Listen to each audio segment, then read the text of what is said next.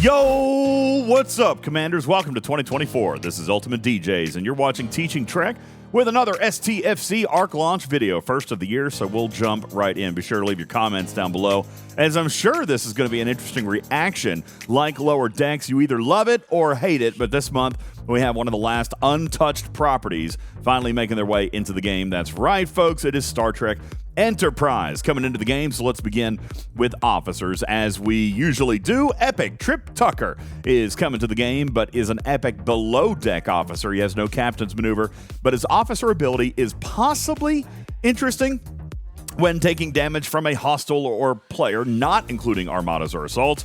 Tucker decreases your opponent's critical damage by X percentage for 2 rounds. It will stack with other abilities and starts at 50% at Tier 1, maxes out at 250% at Tier 5. His below deck ability seems more valuable to me, I think, and is just loot gain for Herogen and Species 8472 hostile. Starts at 30%, maxes at 150. Rare T'Pol also coming into the game and is also a below deck officer focused on mining. As far as her BDA is concerned anyway, she will increase ore mining speed. Her officer ability, if you choose to use her there, is a protected cargo officer, increasing your protected cargo starting at 70% at Tier 1 and maxing out at 350% at Tier 5. Regarding sourcing on these guys this month, we're going to flash back to a model most of us kind of liked, and we'll see if it can possibly work again. For Epic Trick Tucker, there will be no solo leaderboards this month. Why? That's weird. Well, Scopely has no real feasible solution to the problem of the number of players in the G5 and G6 brackets. As mentioned before, across all servers, there has to be a certain number of players as criteria to break those brackets down, and that's just not a reality for those brackets on the majority of servers in this game. So in response, we're removing those solo leaderboards entirely and moving more to a compete with yourself model that we have kind of praised in the past as a community. There will be 3 heroic solo milestones this month. Now, before everyone gets all fussy, let's talk about the methodology of these that most people tend to miss. There are going to be 8 milestones, but the first 4 will be the same as a traditional paired SMS and give the same number of shards. The final 4 milestones will be the big piece of the heroic form of this event, and as usual, we can expect that top milestone to equate to somewhere around our typical expectation of an epic unlock, probably around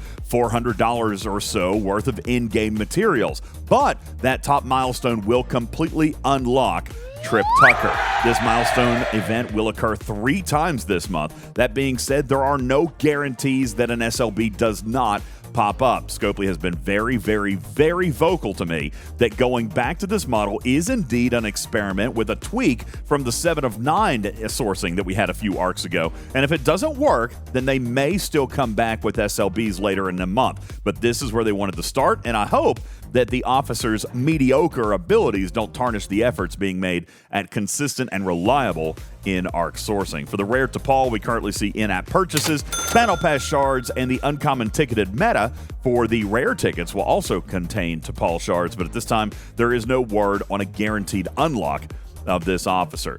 What does the introduction of Star Trek Enterprise bring into the game? Well, we're being told an interesting storyline that will bring this Federation origin story into the timeline of our game, so I'm curious to see how that works, but they are not coming alone.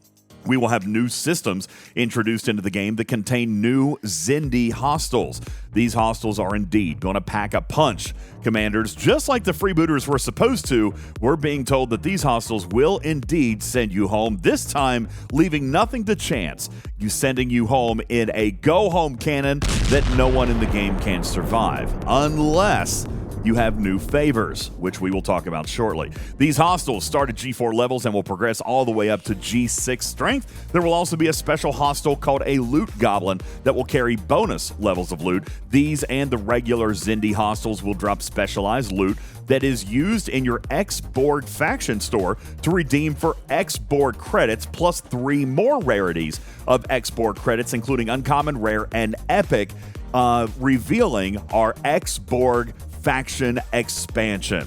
You will see increased reputation, other bundles, favors, and many other items that will be contained inside the Ex-Borg faction store. These new rarities will be used to buy the favors and other bundles available in the Ex-Borg faction store. You will be able to trade down in rarity if you wish, but will not be able to trade up. So if you have epic but need rare, you can trade them down to get the rare but can't go the other way. There are going to be 25 new Ex-Borg Favors being introduced in the faction store. The one favor specifically that we were talking about a few moments ago about having to have is called Particle Weapon Delay. This will allow you to combat the Xindi hostiles and become stronger against their go-home cannon. In addition to favors, you'll find a host of other bundles like we see in other more recent stores, including materials, ship parts, boost juices, Voyager officers, artifact shards, FKR rep, and credits, forbidden technology materials, ship ability enhancements, and more. Another one of these favors is called Crit Damage Floor, which is important to note, and I want to draw attention to this as being a free-to-play method of sourcing a problem, sourcing a solution to a problem. See, I just can't help it, Scopely. I'm all talking about you creating problems. This favor is a free-to-play solution to a problem that we have seen in the game, or some people may not say it's a problem, a quote-unquote problem in the game regarding crits. Current Bajoran favors and officers like DeMar can make it so in PvP or station attacks, you can actually get your crit damage zeroed out, resulting in you basically missing shots. If you fire a critical, it fires 0 damage, so you never throw shots again. Leveling up this favor will increase your critical damage floor from 0% and go up from there. This favor, when maxed, will result in your crit floor being 100%, essentially guaranteeing that you always have at least a regular shot. Even if your enemy's crit reduction crew gets you to massively negative numbers, never again will you fire a 0 damage critical once you work on this favor.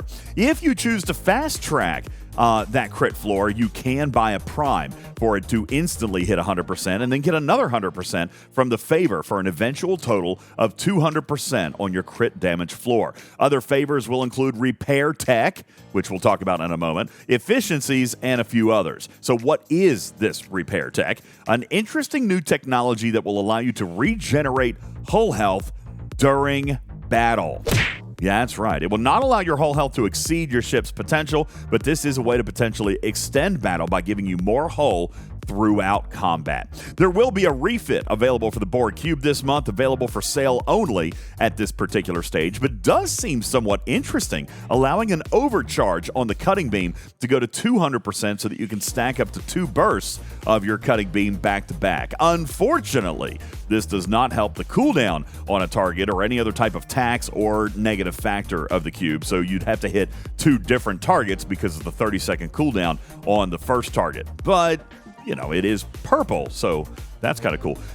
Being introduced this month will also be a brand new recruiting chest and a new currency. I have very little information on this mechanic at this time, but I'm being told that these tokens will be a little bit more rare and exclusive to get, but will be home to the brand newest officers in most desperate need of sourcing before they're eventually dropped into the Ultra chest. More information on this will come as I get it and as it becomes available. There will be a Season 2 Territory Capture Season Pass starting this month. More details on dates will come later. But we're being told that in addition to the standard and very boring weekly Territory Capture Battle Pass event, there will actually be a few other TC events dropped into the mix throughout the month, including Disco PvP in beta systems.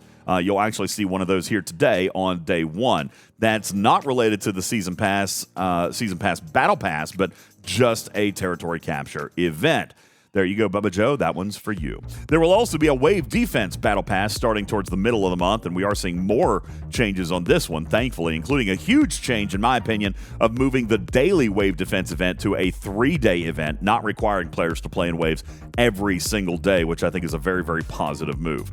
There will also be Borg engagement events, including heavy hitter and cutting beam events, as well as a scaled-down version of Turf Wars Exploit, which involves mining and docking isogen to score points. There will also be a new month-long research event, which I kind of like the premise on this one. It starts on day 1 and scores on 3 levels of engagement for an entire 20 days.